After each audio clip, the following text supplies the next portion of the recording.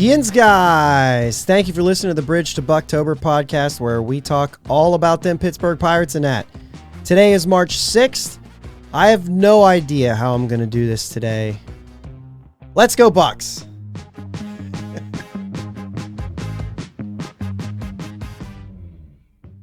My name is Josh, and I'm joined as always by my brother Jake. What's going on, Jake?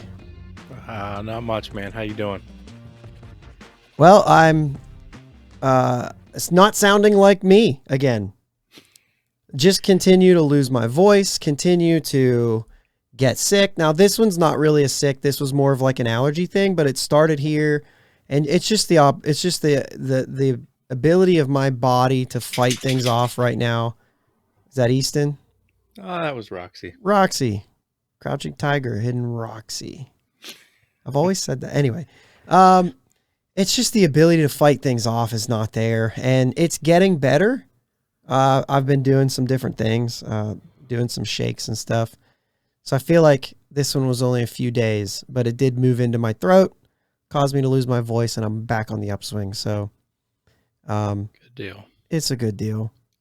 How's things going, man? We're in a weird funk. Yeah. Have you been crazy. tell me this, have you been upset this week? Like just because of all this CBA stuff? Yeah.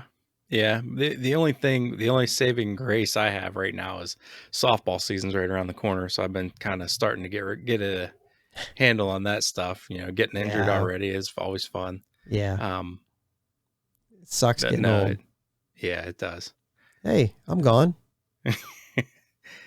I have no camera. Yeah. Keep talking about that. I guess I have to switch batteries. Yeah. So playing third base in slow pitch softball, there's your easiest way to get hurt is they're hitting the ball over 100 miles an hour at you. Went to field a ball, got it off the pinky a little bit. It's fine. Everything's fine. Everything's fine. Yeah. I may have to bat left-handed for a little bit, but that's all right. That's why I work on it.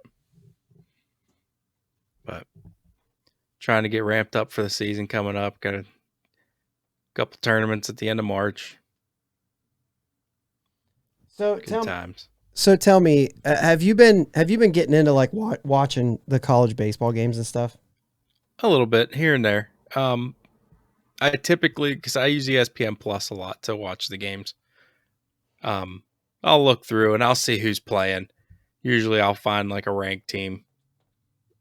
At least one of the teams that's playing is ranked. Sometimes it's a local-ish. I say local-ish team because Kent State, I watched a little bit of their game with it. They're, it's an hour plus away, but I consider that a little. See them on TV is kind of right. Cool.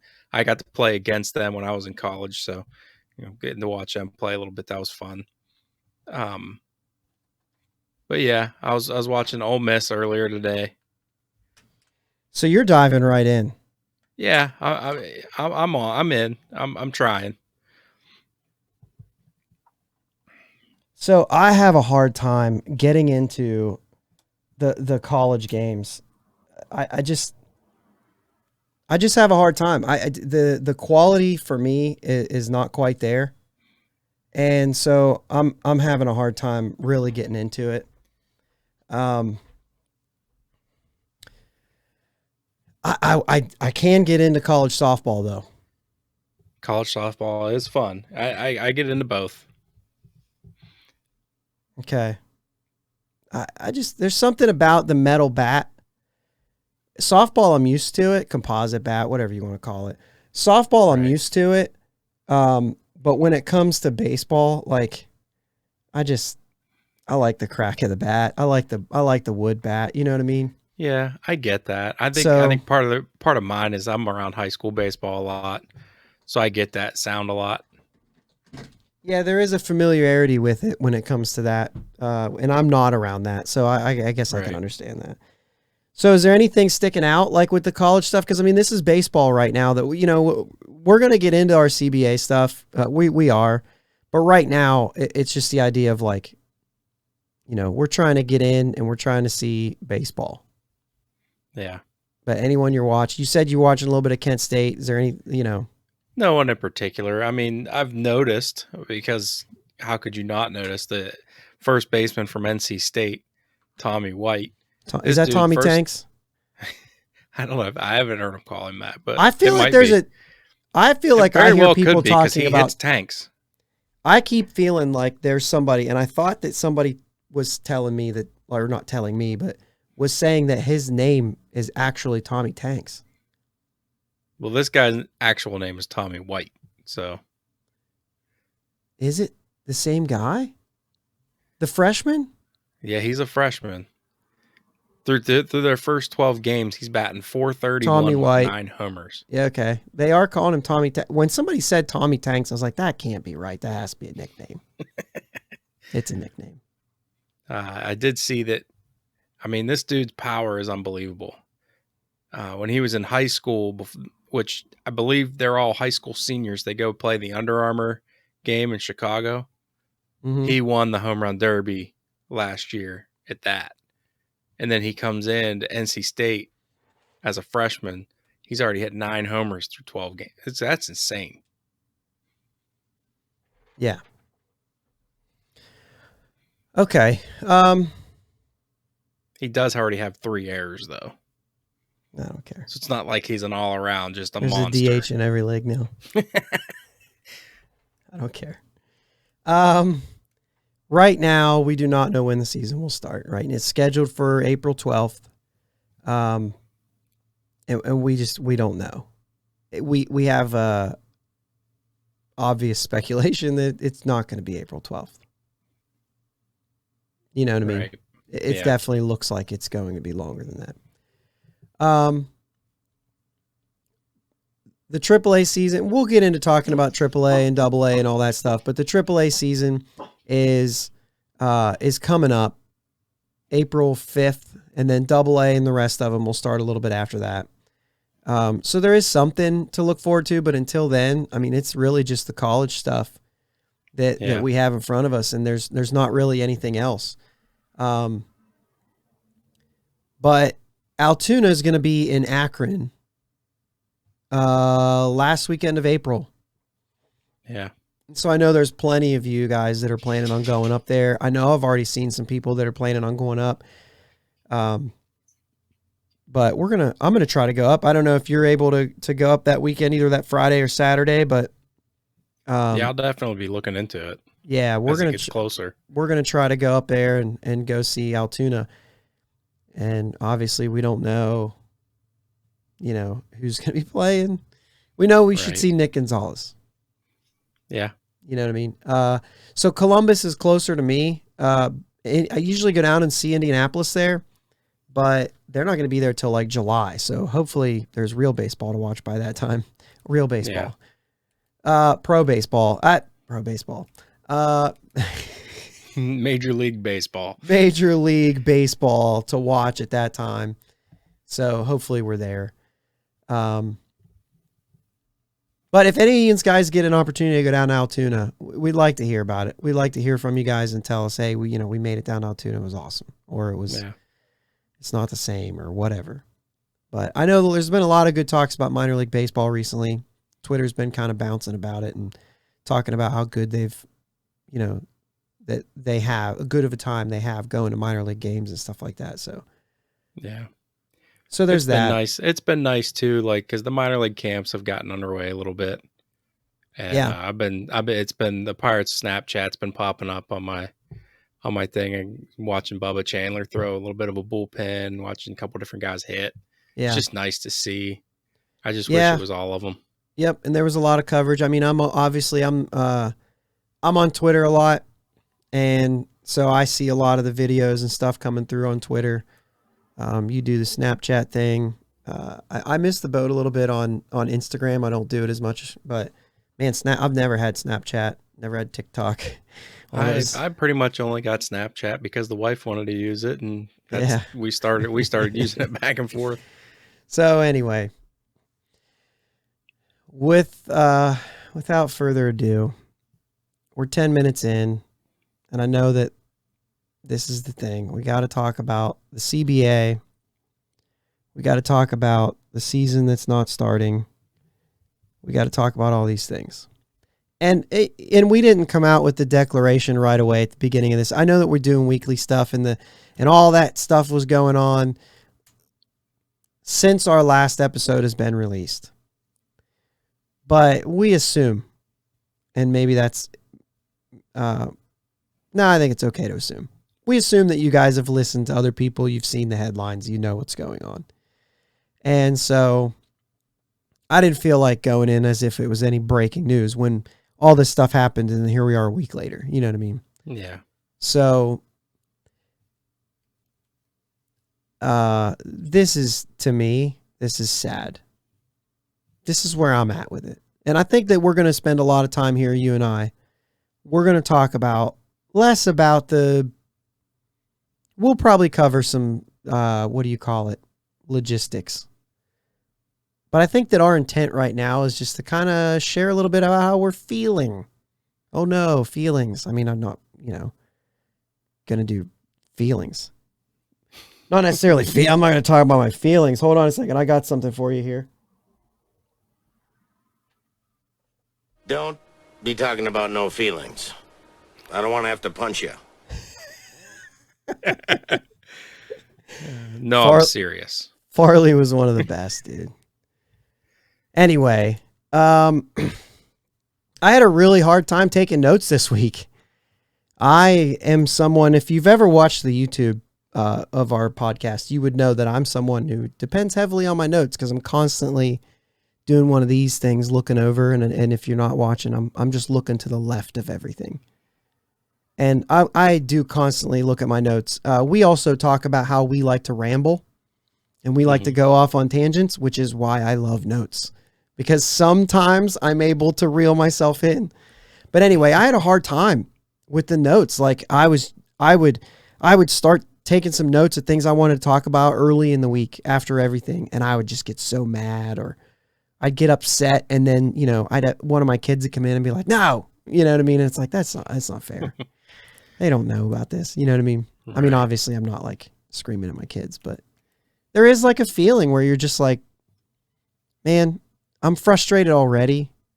And if anybody out there, if you guys have kids, like, that it can be frustrating sometimes. So it's better that I just didn't add something to it. And so I had to just, just thinking about this stuff and thinking about what we were going to talk about. I was like, forget it, man. And I had to like unplug for a couple days because I was like, I already know there's no baseball.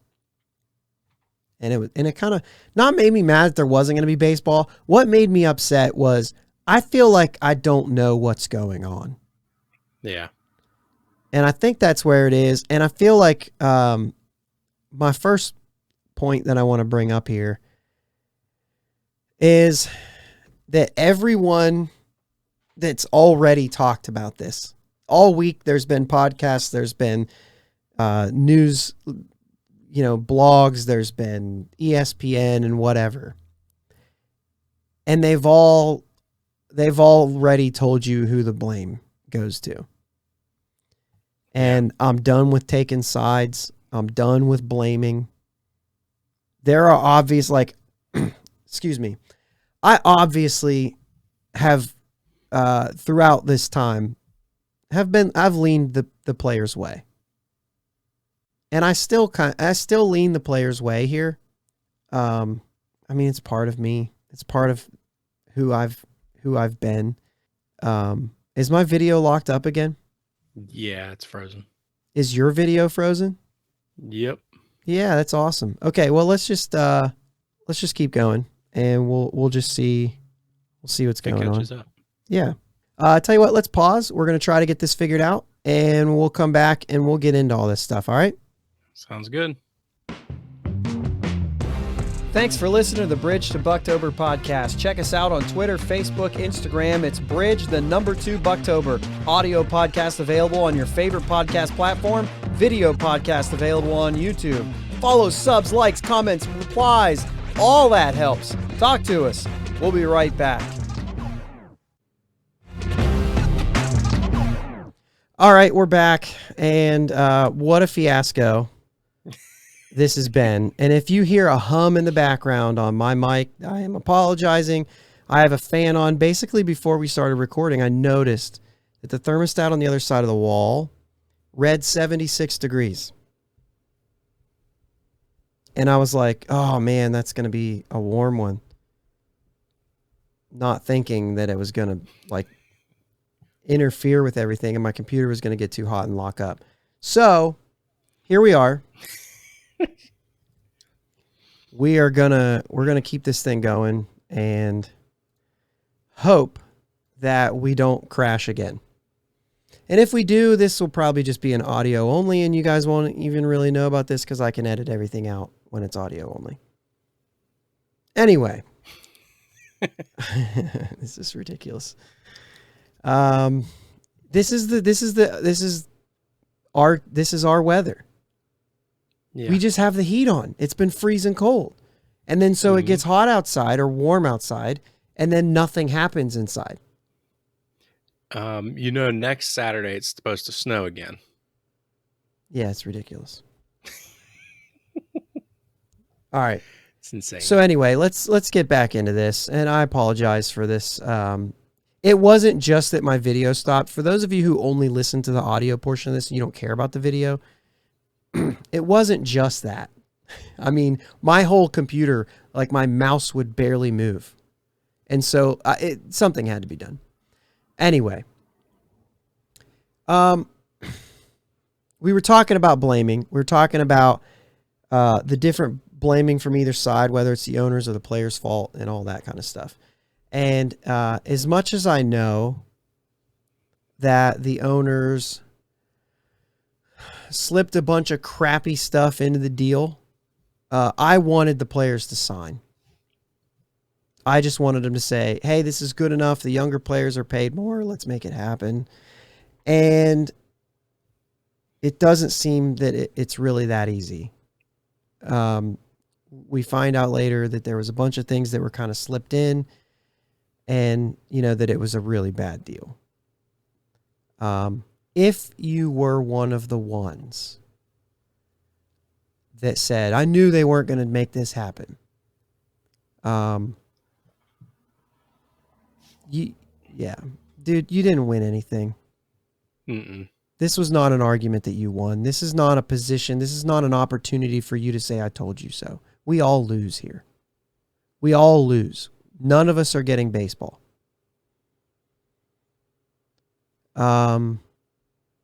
Also, speaking of losing and winning, like, I don't want the owners to lose. That's not my goal either. I want everybody to win. I want baseball. And so, I just think we owe it to go over that narrative a little bit and kind of what happened. Monday night was crazy. I refused to go to sleep. I just wanted to stay up, and I said, I'm not going to bed until this thing's done. And then it turned out I went to the next day, and everybody thought,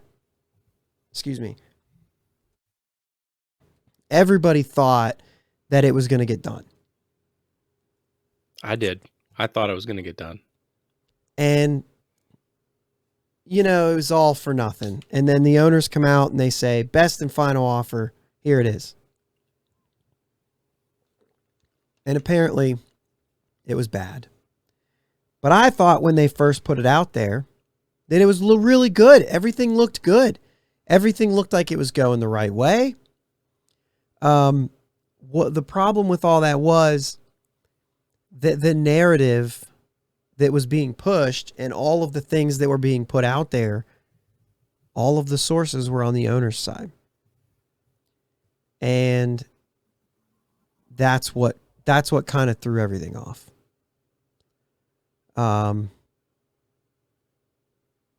Man, dude, if this isn't upsetting to you, if this wasn't something that you had to sit back, and I know that we all kind of deal with this differently, right? I'm kind of a silent mad guy. So I kind of get, I kind of lose my words when I get upset at things.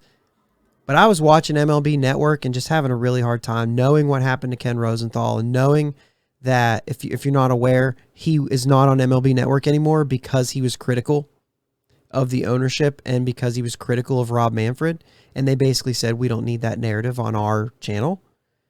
I don't mind when they cover baseball. They cover baseball. They cover the games. They cover baseball. It's no big deal.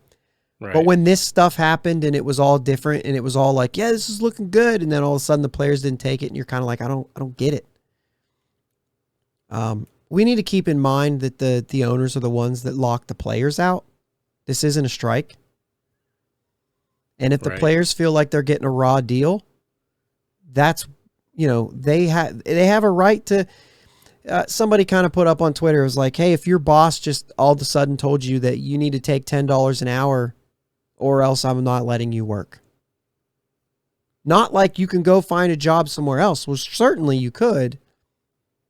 You could go and start looking elsewhere and find another job. Consider that the players can't do that. Right. They're literally locked into a corner, and the owners are saying, take $10 an hour or I'm not letting you work. Like, they're not allowed. And that sucks. Like, we have the ability to say, I'll just go work somewhere else. You know what I mean? Kind of a bummer. I just had I felt that I feel like the players feel like this thing's important. And I don't think that we know why. I think that we know why. I think there are reasons there. Right. But to me, I feel like there's something else. Do you have that feeling? Something bigger that maybe we don't really understand or know? I'm positive there's more to it than what I understand. Because I'll read some of the stuff and I get lost. I don't understand a lot of it, but I try to look at what numbers are being presented, and I look at just the things that I can make sense of and try to figure that aspect of it out. That's where I fall. Yeah. Okay. So, we know, or at least we have the ability to know that payroll is not in line with revenue in baseball. We know that baseball makes a lot of money. We know that the payroll is where it is. We know that the top 5% have no problem getting paid. We know that the bottom 65, 70% have a big problem getting paid. Major League Baseball is still making a ton of money. And payroll does not cover 50% of that revenue. Every other league does. Baseball doesn't. And we're not going to go deep into this. I know that a lot of Pittsburgh is screaming salary cap as loud as they can. And why not? All those other leagues have it. Right? And all those other leagues have 50% of payroll. All those other leagues, the payroll, when revenue goes up, payroll goes up. So why not? Why not yell it at the top of your lungs? I am not a person that is 100% sold on a salary cap. However, the more it goes, the more things sound intriguing to me. I don't think it'll work in baseball. I think baseball is a completely different animal. I don't think it'll work. The biggest thing for me is the players aren't talking about it. The owners aren't talking about it. Neither one of them want it. Right. The players feel like that limits spending. The owners feel like it forces spending. Neither one of them want it. The truth is it probably does do both of those things, and and that probably makes it better for at least competitive balance. However, there's not a lot of parity in the other sports either. It's the same teams that are always there. Yeah. So I don't know that it fixes that competitive balance. It does fix the fact that all of the teams will be working with the same amount of money. That's what it fixes. Yeah. It doesn't mean that they're going to do it well, and it doesn't mean that Bob Nutting will definitely be on the very bottom of that every single time. Right. I don't think that the problem is a salary cap as much as it is a salary cap system. As much as it is you got an owner that's not spending money. Right. The problem's really there. However, the thing about a salary cap system is the floor. That's what baseball doesn't have. It does have a cap. And I know that we've talked about this before, and I know that it's been like, oh, here he goes again. Mm-hmm. But the truth of the matter is that this number not only is acting as a cap, but I think it's starting to be clear that from the very beginning, the owners intended it to be a cap. Yeah. And that's been shown over and over and over again. There are teams who could spend more than that, who are using that. The Yankees in general. Every once in a while, you see them saying, we want to get under that cap. What are you talking about? Why? You've got the money. Mm-hmm. Now, we don't know. All revenues estimated, so we don't know this. But there's been a lot of reports out saying that the Yankees payroll accounts for about 34% of revenue. Like I said, you'll have to check all those facts. And I don't know that you'll ever get there because a lot of revenue is estimated. But that's really, really, really low. Yeah, it is. So anyway, I know that that's part of it. But you get those younger players' salaries up, and a lot of that takes care of itself. And I know that the biggest thing for me is the younger players, and that's where I'm at. I thought that most of that was like, oh, we want the kickback from the tax. We don't want to have to pay the tax, but it's different than that. They intended it to be.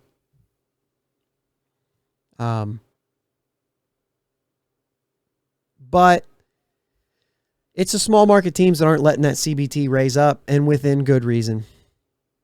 They're saying, no, I don't want that gap to be further away. Guess what? The gap could be closer if you would just spend money. Right. But whatever. I don't know, guys. This is what I'm trying to say. I don't know. And I'm not trying to pretend to know. I am just, at this point, I'm speaking out of frustration. I'm speaking out of a lot of unknowns. I'm not like convicted in the things that I'm telling you guys right now. Literally, I am confused and frustrated. I do know that as far as the salary cap conversation, as far as that salary cap system, it exists about 85% in Pittsburgh and hardly anywhere else. And if that's disheartening to you, then that means that you're somebody who's saying, man, the only way the Pirates are going to compete is if that system gets put in place. And if you believe that, I'm not telling you you're right or wrong. I'm not there. But what I am telling you is it's not going to happen. Nobody's talking about it outside of us. So I just don't think that that's something worth getting real. I mean, maybe the narrative changes for the next CBA. Maybe somehow there's a movement that starts and people understand the value of that. Or I don't know, guys. I think I want to move on. I think I'm talking circles at this point. And that's basically to my next point is we've all found out that we actually know nothing. And I go back to the point that says, if you are someone who's out there trying to say that you got this right, you're not only wrong about the fact that you got it right, but this isn't a win for anyone. Mm-mm. And if you try to say, I told you so, I'm convinced you hate baseball. Maybe that's divisive. I don't want to say that because I do want to say, though, it's not a win. You're bragging about losing. Right. The ultimate goal is to get baseball back going, playing games. Let's get a deal done. You didn't win. This sucks. It really does. And it's going to continue to. Mm-hmm. And it sucks for all of us. If you really want a victory out of this, just because you were right. And I told you guys last week that whether or not I thought a deal was going to be done, which, by the way, going into Monday, I did not. Monday night, I actually thought it was going to happen because the way the narrative was pushed. You know, I did not stay up for all that. I went to bed.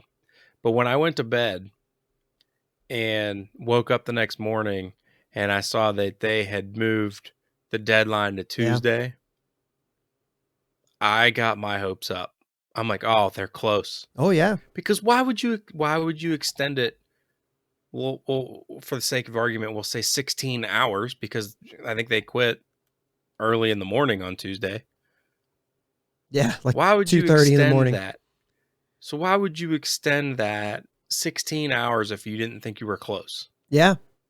Well, I'll tell you why. You gave all of baseball fandom false hopes. Well, it was because if the owners extended that and showing that they were close, they changed the narrative.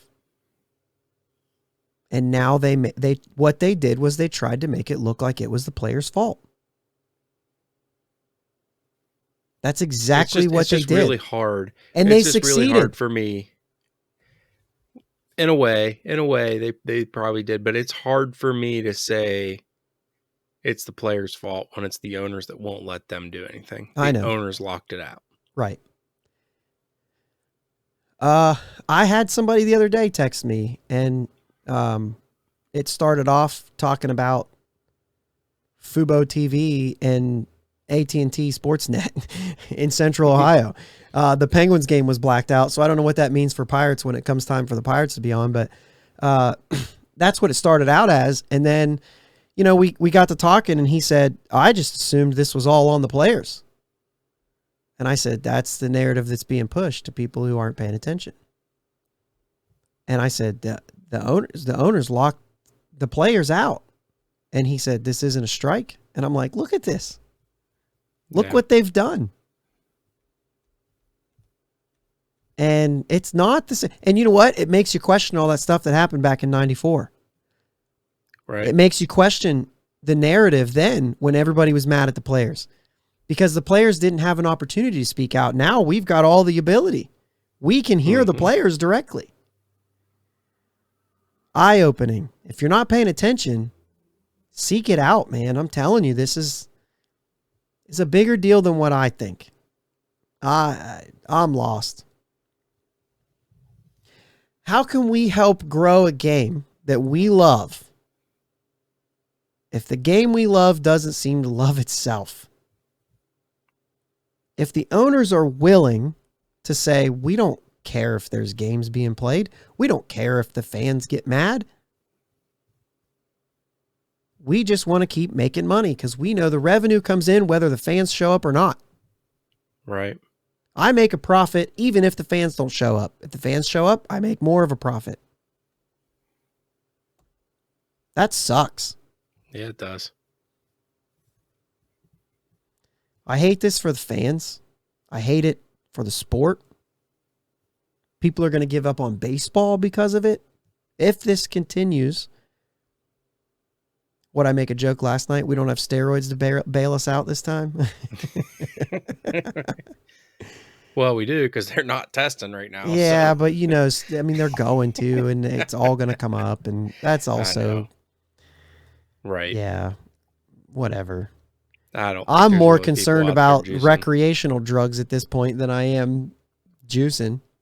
You're right. Anyway, but because I'm such a fan of the players, and I'm not, like I said, I'm not entirely as far as who's on whose side. I'm not there. I want it to get done, but I also want it to be fair.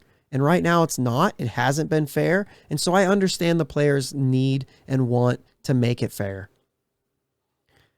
Whatever. I don't care how it gets done at this point for the next 5 years, and then I'll let my voice be heard that it's still unfair and whatever. Well, see that's one of my points is all I want to say. 5 years is a typical CBA, but they signed a 2-year deal to get the 94 CBA in. Yeah, I don't. So I don't know. 95 at that point. We don't know if it was ever even brought up. But if they wanted to get a deal done Monday or Tuesday, I don't see why they couldn't have left a lot of things out, left a lot of things alone, just fix the minimum salary for now because I think they're close on that. A few of the things they've already got. Okay, well, let's just do this for 2 years, then we'll come back to the table. Yeah, get something done. I want baseball. I want Major League Baseball. Yeah. And I'm letting this breathe a little bit, you know what I mean? Because I feel like this is we're upset about this. So I don't have a problem letting this breathe a little bit. Man, this is gonna hurt because like I said, it's not just a week. It's a couple. There's gonna be more pushbacks. Yeah. Maybe May. You know what I'm saying? I'm going to tell you one thing. Let's talk about how this impacts my personal life. We got baby number 3 coming May. Mm-hmm. Second week of May. If she always goes early, so first week of May. They're going to start this baseball season. First week of May, whatever. If this runs into baby time, there's a plan in place. And I will tell you, the other 2 kids of ours have never missed a Pirates home opener in their life.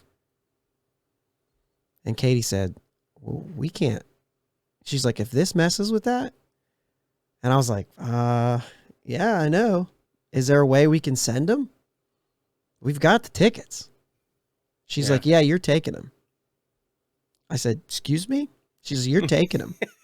I said, I'll take him to the game. You know what I mean? Like, yeah. It sounds ridiculous. But she's like, you take him to the game and you come right back. You can only have 2 people at the hospital right now because of COVID stuff still going on. Yeah. And I'm not very much help at the hospital. I turn my head and look at Katie and, you okay? It's not my forte, being in the hospital. But anyway, whatever you think of me, I've got buy-in, and I don't think it's going to happen anyway. But I mean, if it does, though, we have a plan, and I'm going to Pittsburgh. She'll bail out last minute. We can send him with someone else. Okay. Yeah. Anyway, it takes that much time anyway. I'll be hearing back. They'll sleep in the car. I don't know. Anyway, it's funny because, like, really, this doesn't. I mean, as much as I'm a fan, like, it's not an impact, right? Right. I'll tell you who I really hate this for, and this is kind of the big thing that we want to get into a little bit. Pirate specific, and other teams you can apply it, different names, but the same situation. The players this hurts the worst right now are the guys who were just added to the 40-man roster. Yeah. O'Neal Cruz and Roansy Contreras are 2 that are at the tip of your tongue. They come to mind right away. And they got a cup of coffee in the majors. A cup of coffee. They got a sip, right? They got 2 games and 1 game and 3 innings, right? However, they got to dip their toe in the water. And there are other guys who were added after the season who've never even been on the 40-man roster during a season. And now they're not able to go and play AAA. And I'm talking about Leover Peguero, Kanan Smith and Jigba, Jack Sawinski, Travis Swaggerty. Right? Mm-hmm. Or was Swaggerty on the 40-man last year? Swaggerty was on the 40-man last year, I do believe. He just obviously didn't come on. So then you talk about the guys who were on the 40-man. Oh, Diego Castillo, too, on that list. Then you talk about the guys who were on the 40-man.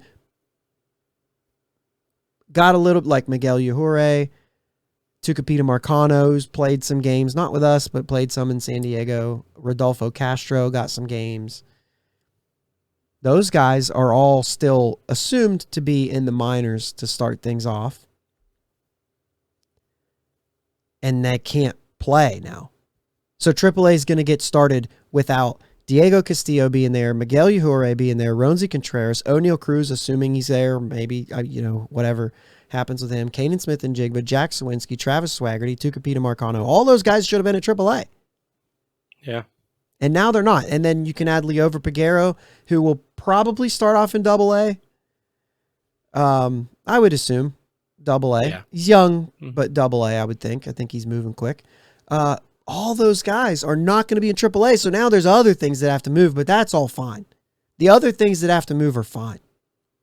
What isn't fine is We kind of need those guys to play in order for our success to go well. It limits the number of guys who are going to be able to be there.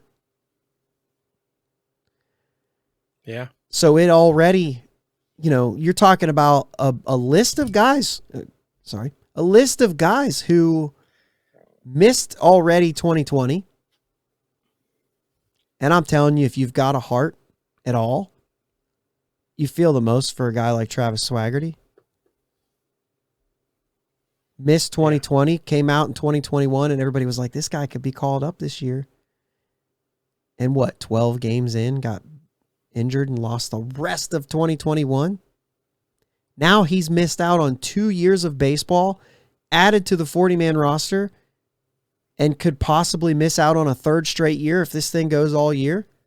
Right. That he may awful. never work out because of this. Right. It may be, and I'll tell you what, if he does work out, that's a story. Mm-hmm. In my opinion. Yeah. That's one of those quote unquote great stories. Yeah. Those are the guys that I'm like, this is bad. And this is happening everywhere. Anybody who this past November was added to the 40-man roster is in the worst part of that. Yeah. Because they've never been a part of a major league team. And as soon as they are, they're locked out and they can't do a dang thing. And that's the thing that bugs me the most, I think. We need these players to be a part of the future for the Pirates. And, I mean, that's not a small list. I'm looking at 1, 2, 3, 4, 5, 6, 7, 8, 9, 10 guys that I just talked about. And some of those guys, if you're listening here, you might say, O'Neal Cruz is a unicorn. It's not going to work out. You might say, Miguel Yajure is nothing. He doesn't throw hard enough. You might say Rodolfo Castro, he's got some power, but that's it. You might say that Travis Swaggerty's a bust. Tucupita Marcano was and never was. You might think all of those things about any of those players. You might also think that Marcano's the next Adam Frazier, that O'Neal Cruz is the next best thing that can happen in Pittsburgh. You might think all of those things, right? And that's fine. But it may not only be the fact that these guys are going to be in Pittsburgh playing baseball. I know that it's been talked about, on some other podcasts. We might need these guys in trades. Yeah. So we need them to perform well, whether it's them coming and playing in Pittsburgh or them being part of a trade to bring in somebody who we really need to fill a hole. All of those things count. That they're all important. Yeah. And I just think that that's going to impact, and we know that we need everything to go right in Pittsburgh for things to work out. Right. We can't go out and, not that, to be honest with you, not that these big contracts always work out anyway. Right. But the fact is we need some of this stuff to work out for us. And if they don't have a chance to play and get better, then that's completely the opposite of working out in our favor. Like we need them getting reps. Exactly. I just think that's the piece that's going to hurt. It's going to hurt more, like I said, for those younger guys. It's going to hurt more than Max Scherzer missing some time. Yeah. He's going to be just fine. He's going to be just fine. I don't know. I think there is some chatter out there about pay. Some of these guys are getting paid. Like anybody on the 40-man is getting like a little bit of money. There's like a $15,000 thing. I don't know if that's for the year or if that's actually per month. For some guys, it's like, I forget what I read. So I didn't really want to come out here and say, hey, they're getting some money. If so, I would venture to say Diego Castillo's never made $15,000 in a year. I would venture to say, I know Liover Peguero. There's no way that he's made $15,000 in a year. So in that case, maybe it helps those types of guys out. Canyon Smith and Jigba, Jack Sawinski, those guys have never made 15 grand in a year. You don't make 15 grand in a year until you get to AAA. So That's terrible. yeah. So those guys, if they are making 15 grand in a month, then they're ecstatic about missing. Obviously that's not true, but you know what I'm saying? Like, sure, they're at least saying, I know how to live on 11,000 a year. So if their pay right now is 15,000 for the year, and if they're getting that, if they start getting that based on a $15,000 like yearly contract, they're already bringing in more money than they used to. It's still not helpful. They still need to play. Right. And it's still not. Now, if they're actually getting 15,000 a month, they're blown away by that type of money.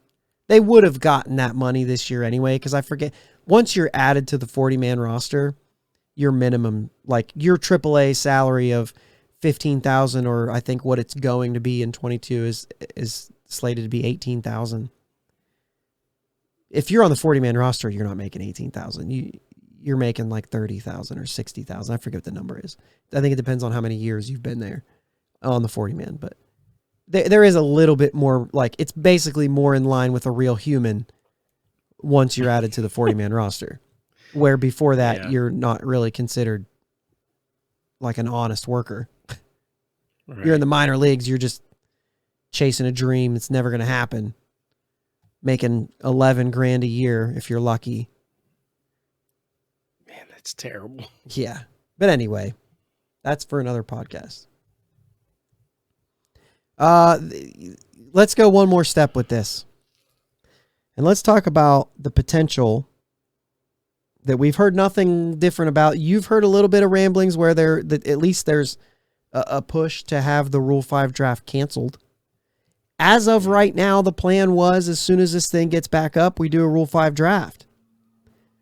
My major problem with that right now is if this thing gets back up in May or June, that Rule 5 draft is going to take place right in the middle of a season. That never happens. No. If that happens now, then that gives the opportunity. We've all talked about, they didn't add, and there's a couple names that we talked about. Mm-hmm. Tanaj Thomas, who is falling out of favor with some people recently, even that there's been some questions about him. But also Mason Martin is kind of the big one. Cal Mitchell's another name that was really spun around in these. They didn't have room in the 40-man roster for them. And we all thought, I don't think anybody's going to go out on a limb and grab Mason Martin to put him in the major leagues with that strikeout rate. Right. Or Cal Mitchell with the inexperience and whatever. They didn't think that those were really going to happen. Well, I'm going to tell you right now, if Mason Martin, if these things that he's been doing in the offseason gives him better pitch recognition and his swing and miss improves, if the Rule 5 draft happens in June or late May even, and you get an opportunity to see Mason Martin for a month or a month plus, if now all of a sudden, if he's turned this thing around and he's crushing balls, oh yeah, I'm taking him. Mm-hmm. Are you going to give the Pirates an opportunity to protect him? You know what I'm saying? Things have changed.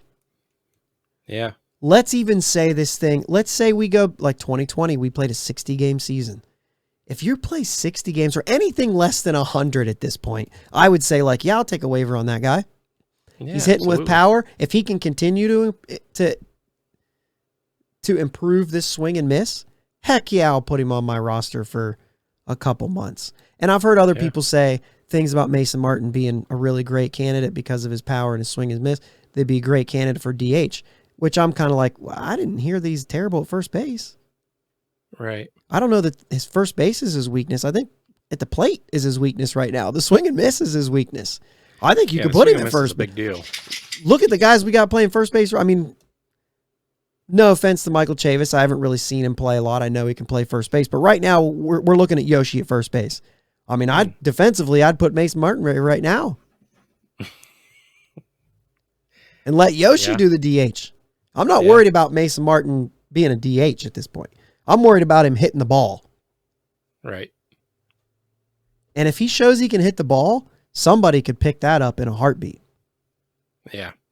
Now I did read that they are locking out scouts from other teams. They're going to see But it. once games start, you can't lock the scouts from paying and getting a ticket and going to the game. No. But you can lock them out of the facilities while they're training. Looks like my family just got home. You want to say hi live on the podcast? Hi. Go ahead and close the door. Kaylee, ladies and gentlemen. She's a lot of fun. Yeah. Once they're playing games, they're going to see these games. The stats are written down. That's not, yeah. I'm not worried about the spring training stuff right now. I'm worried about that. Yeah. That's just more value. Kyle Mitchell could blow up. Mason Martin could blow up. Tanaj Thomas, like I said, even though there's been some things about him lately, what if he blows up? What if Omar Cruz is great? Cody Bolton. There's a ton more guys that if they show up, and this isn't, like I said, not just the Pirates. The Pirates could be beneficiaries of something like this too. Imagine if Mason Martin, and I know that he's the guy, right? He's the guy we want to talk about. That power is real. Everything else is what you're worried about. But just imagine the Pirates being like, can we draft Mason Martin? Is that legal? Can we please keep him? I don't even know if that you're allowed to do that. That'd be hilarious. I would imagine you're not.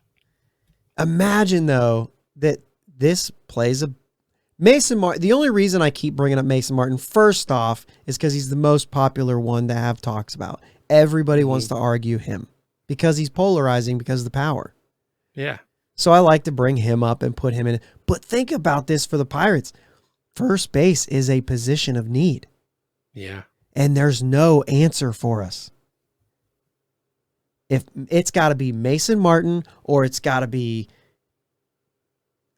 I mean, you start to say like, there are some that say O'Neal Cruz because of his height, but I think the arm keeps him from that. I think it's right field or shortstop or just DH. I agree. But there's Henry Davis talks, not because he can't catch, but because we need a first baseman. There's Endy Rodriguez talks, which I think he's maybe a little further away than what some are hoping we get a first base option for.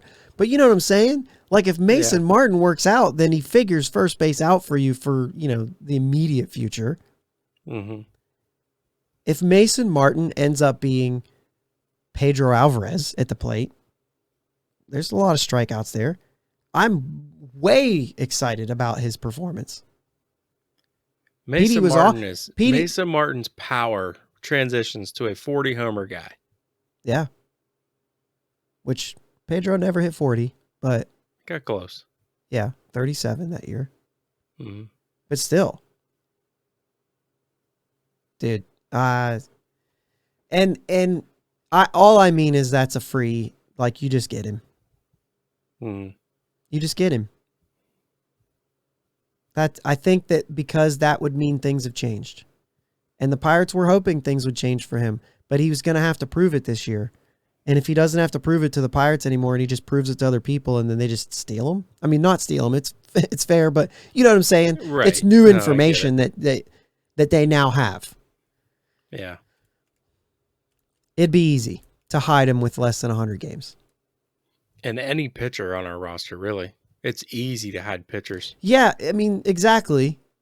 But I also think that, like, for the Pirates, I think that pitching is a little easier to... We have a lot of it right now.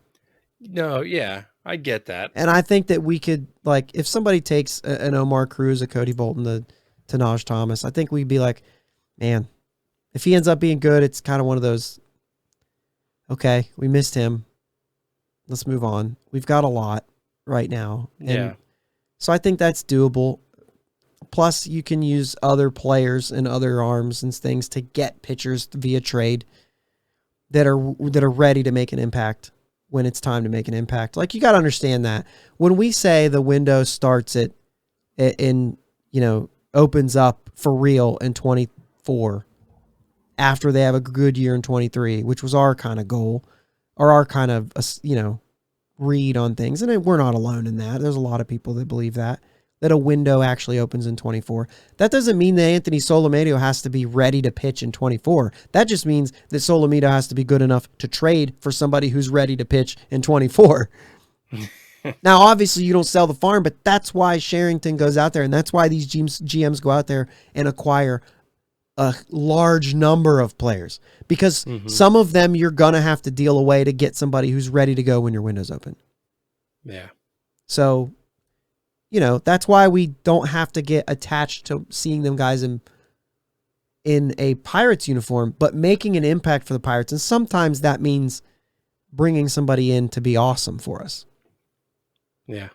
And that hasn't happened much, so we'll see if that even plays out that way. But we understand that that's a very plausible thing to happen. Right. And you hope that we could get to a place where something like that does happen. That maybe you don't get rid of the top 5 guys, but you know what I'm saying? Yeah. That you're able to move guys to make an impact. So anyway. A couple more things of business here before we finish up and before my computer freezes again. Actually, did you have anything else on that? I didn't want, because I just moved on there after making a point. No, you're good. Okay. Like I said, I was just presenting more options of people that would be possibly gone, even though we can recoup pitching. It's still, they're gonna get to see people. Yeah. Makes it a little bit. So I hope they cancel it. I do too. Okay, so the last little bit we have here, there was some news that came out today. Excuse me. There was some news on the latest Players Association deal that they've put out there. Looks like they've lowered their player pool bonus down to 80. Once again, that's incremental, but you got to understand that. And you, Jake, you were kind of frustrated about the fact that they only went $5 million on this. Actually, do you want to make your point there? I know we talked before. Does it kind of make sense what I'm saying, or do you still kind of? No, I totally get what you're saying, but the money spread out is the money spread out. So I get that, the player number. Well, we have to explain that because. Well, go ahead and explain it, and then I'll. Okay, yeah, I can. I think part of the gap between 25 million and now 80 million is the fact that they're talking about a different number of players who can tap into that pool. Yeah. So this is anybody pre-arbitration. It doesn't actually say it on there, but yeah, it doesn't actually say it on this page. But basically, the 30 million pool that the MLB is offering is only for like the top so many players in the WAR statistic, which we understand the WAR. I don't care what stat they base it off of, just so there's something available. And I think the WAR stat's the easiest one. I understand there's going to be like questions about that, but to me, you're just saying they performed, and there's going to be a large gap. If a guy who's in his third year is only there for 24 games and he didn't really produce very much, and a guy's in his first year and he produced really good, there has to be an ability to distinct those two with pay. And that's what they're trying to do, which makes it easier on the owners, because then the owners say, why would I pay this guy more, like minimum salary? Why am I going to keep paying this guy more if he's barely doing anything for me? Mm-hmm. Where the players are saying like, hey, bring the minimum salary up, but not maybe to the big number that we want, but let's go down to the number that you're talking, but make this pool available for guys who actually perform, can get compensated better. So anyway, and I think that owners would be happy with that, and they've shown that they have. But the gap is, and this is where you're getting to, the gap is, if I think the top 50 players should get money, and you think the top 150 players should get money, then obviously our pool size is going to be way off. So I think if you say, where can we get with those players? Because I have X amount of money per player, however they break that down, and you have X amount of money I don't think those numbers are very far away. And they're not. And we touched on that last week. Yeah. But the fact of the matter is, if you're at 85 million and they're at 25 million, you need to come a little bit more than the 5 million. It looks like right now they're at 30 million. I'm actually looking at the page, so I may as well bring that up. Okay. So 30 million of MLBP, or the owners are at 30? Yeah. With what, 30 players? It actually doesn't say the number of players right now. Last time it was, yeah. I think last time it was 30 and 150. Okay. So I'm saying, why did you come back with, they probably came back with 150 again and dropped at 5 million. Which would be a significant push. Like, that would be a significant give on the player's side.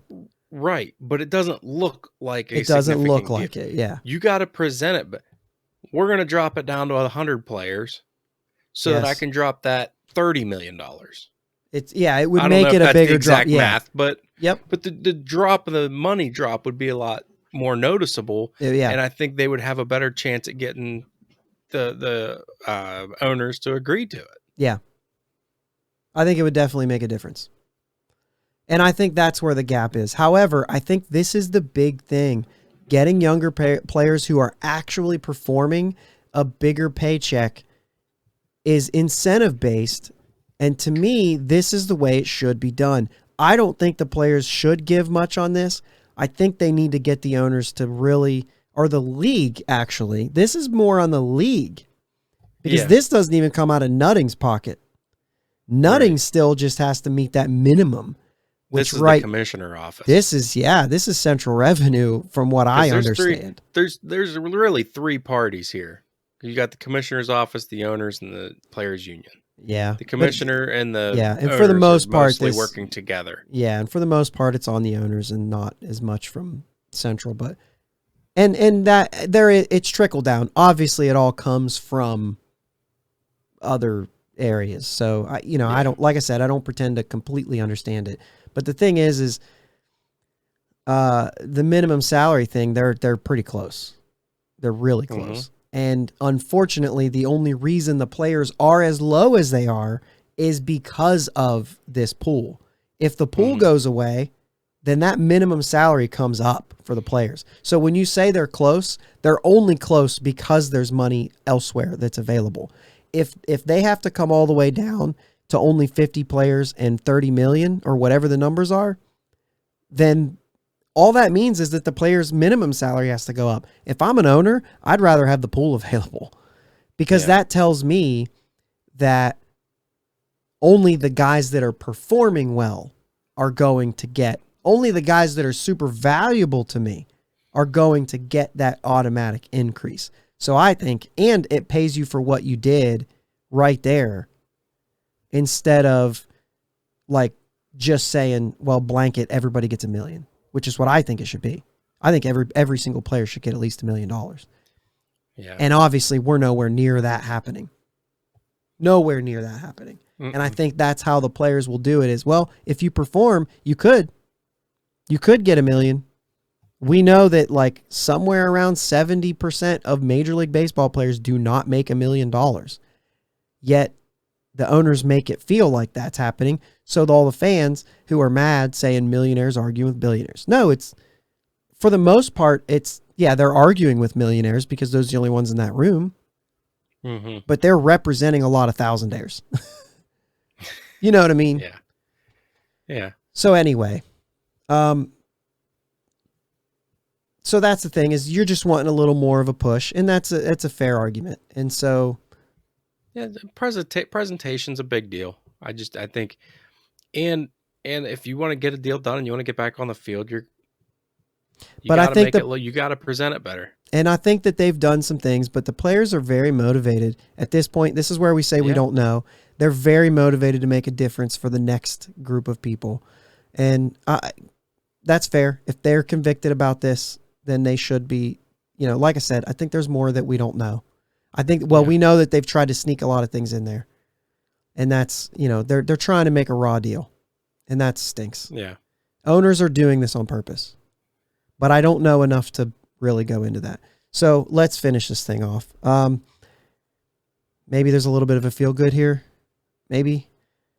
MLBPA launched a $1 million fund for the people who are the stadium workers and the others that are impacted by this lockout inadvertently. And so they made this thing out. They said, we're going to put this out there. We're going to try to help these people out because they aren't part of this, but they're affected by it. I've seen tweets. What about the fans? Dude, you're not financially impacted by this. This isn't messing with you. We love to get to watch it. They don't need to be making I don't need to get money. Right. Don't make it about you, even though I understand your desire to just watch baseball. There's obviously something going on here. I think it's a good thing. I think it's a good thing they're doing. I know that this is like a PR move. That's fine. $1 million, I feel like, I know some people saying like, well, what's $1 million going to do? I feel like that'd probably go a long way. Yeah. You're only talking about 15 ballparks. It's only 2 series right now. Once it extends further, then maybe you'll see some more money come out. But like $1 million is going to go a long way for only 15 cities. You got to remember, not all 30 cities are playing home games. There's no reason for stadium workers to be impacted by non-home games. Right? You know what I'm saying? Like they're, and you think about even like restaurants or parking lots. I mean, Pittsburgh doesn't have any, Bob Nutting's not paying for parking. Like that's all on the city. Those are the people impacted by parking, not the Pirates. I just heard there's going to be another lot they're going to lose this year.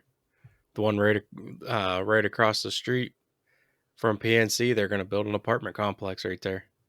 Well, but it's not. Yeah, but the Pirates. What I'm saying is, somebody else owns that parking lot, not the Pirates. Yeah, they don't have any. They don't have any income coming from parking. It's all city parking. Yeah. So those are the people affected. You know, those sort of things. You know what I mean?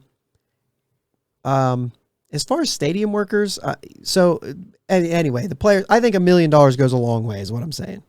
I don't think it's a little bit of money. Like I said, 15 cities at a time.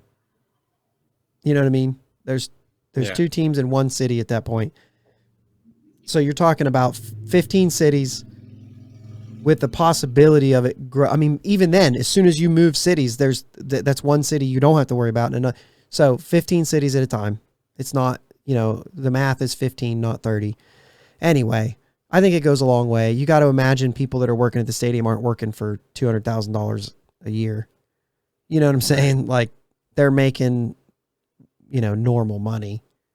It's not going to be out of this world money. Anyway.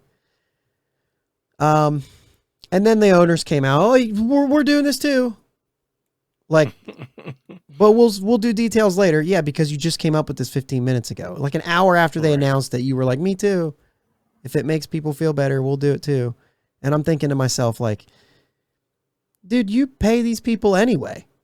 And you're the one that's locking it out. Like, I would expect that you're taking care of those people, at least at a percentage. Like, you remember the Pirates during COVID, they were like, no, we're going to make sure our people are covered. And it was like, that's good. You didn't have to do that because it wasn't even your decision then. Right. It was the city and the league. But now the owners are like, we're going to do this too. You don't have to come up with a fund. You already have a fund. It's called the money you already have. You carried over $300 million from last year of just profit. Well, use some of that. But whatever. I think it's good that they're going to get taken care of.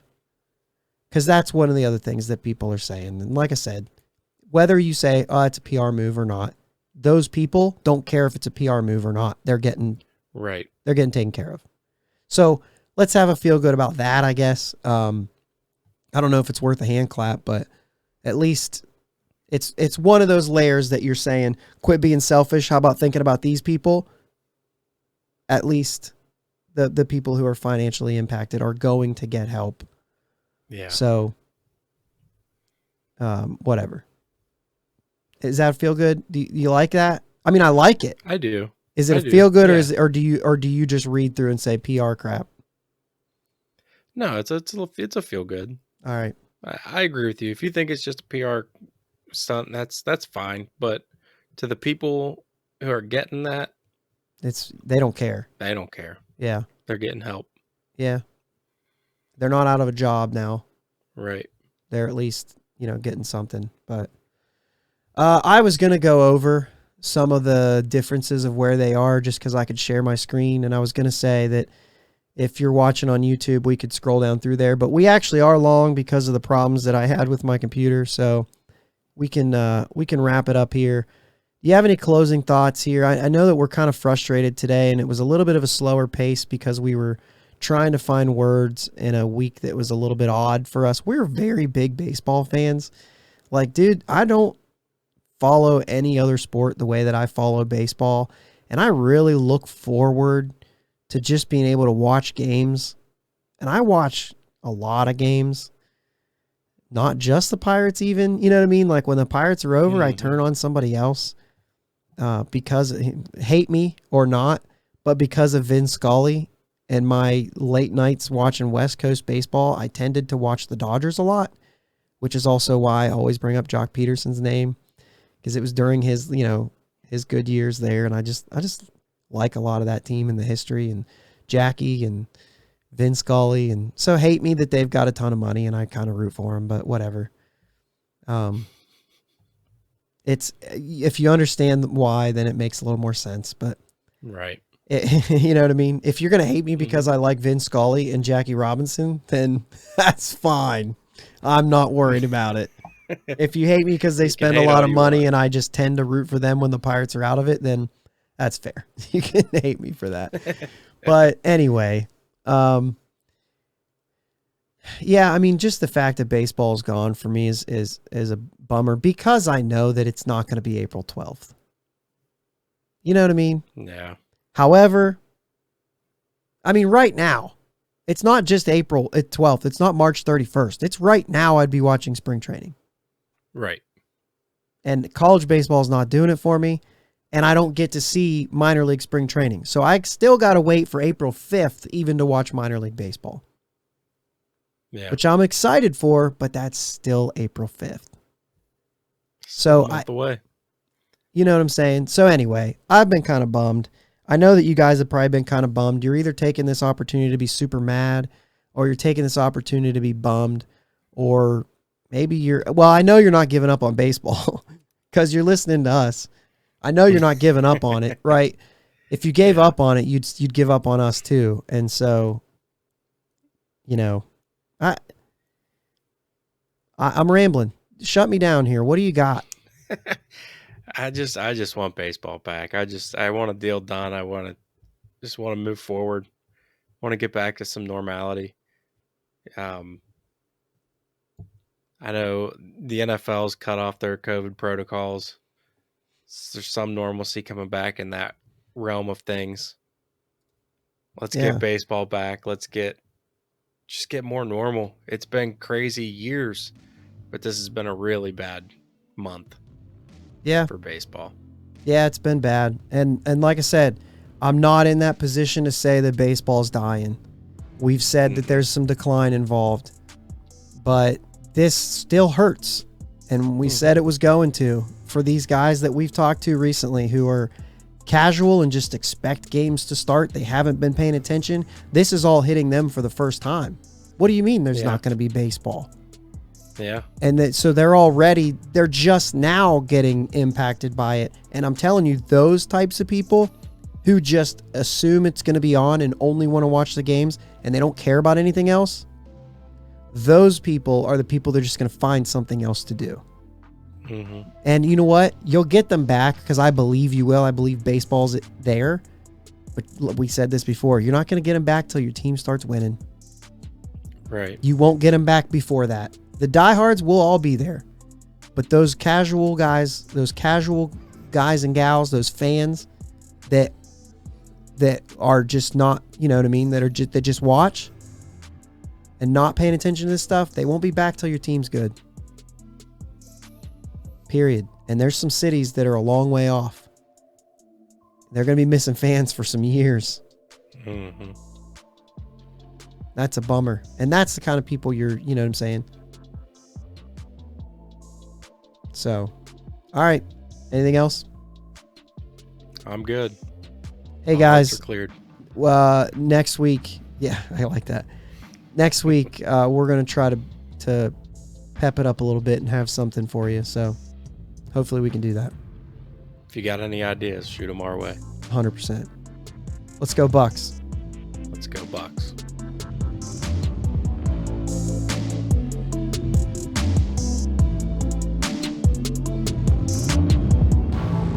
Thanks for listening to my dad and Uncle Jake on the Bridge to Buctober podcast. Follow them on Twitter, Facebook, and Instagram at Bridge2Buctober. Don't forget to subscribe so you know when new episodes are released.